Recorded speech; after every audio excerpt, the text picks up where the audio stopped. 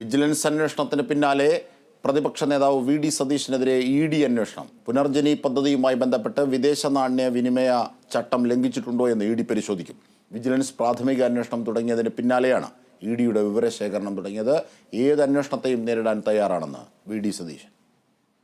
പ്രളയത്തിന് ശേഷം പറവൂരിൽ വി.ഡി. സതീശന്റെ നേതൃത്വത്തിൽ നടപ്പിലാക്കിയ പുനർജനി പദ്ധതിയെക്കുറിച്ചാണ് അന്വേഷണം. വിദേശ സംഭാവന നിയന്ത്രണ നിയമം ലംഘിച്ചിട്ടുണ്ടോ എന്നതാണ് പരിശോധിക്കുന്നത്. പദ്ധതിയുമായി ബന്ധപ്പെട്ട് വി.ഡി. സതീശന്റെ വിദേശയാത്ര, പണപ്പിരിവ്, പണത്തിന്റെ വിനിയോഗം എന്നിവയും ഇ.ഡി. പരിശോധിക്കും. വിഷയത്തിൽ വിജിലൻസ് അന്വേഷണം ആരംഭിച്ചതിന് പിന്നാലെയാണ് ഇ.ഡിയും അന്വേഷണം തുടങ്ങിയത്. കേന്ദ്ര സർക്കാരിന്റെ അനുമതിയില്ലാതെ വിദേശത്തു നിന്നും പദ്ധതിക്ക് വേണ്ടി പണം പിരിച്ചുവെന്ന ആരോപണത്തിന്റെ അടിസ്ഥാനത്തിലാണ് അന്വേഷണത്തിന് ഉത്തരവിട്ടത്. ആരോപണത്തിൽ പ്രാഥമിക അന്വേഷണത്തിനാണ് സർക്കാർ വിജിലൻസിന് നിർദ്ദേശം നൽകിയിരുന്നത്. ആരോപണം കഴമ്പുള്ളതാണെന്ന് പ്രാഥമിക പരിശോധനയിൽ തെളിഞ്ഞാൽ സതീശനെതിരെ വിശദമായിട്ടുള്ള അന്വേഷണം നടത്തിയേക്കും. വി.ഡി. സതീശനെതിരെ ചാലക്കുടി കാതിക്കൂടം ആക്ഷൻ കൗൺസിലാണ് പരാതി നൽകിയത്. ഏത് അന്വേഷണത്തെയും സ്വാഗതം ചെയ്യുന്നുവെന്നായിരുന്നു സതീശന്റെ പ്രതികരണം.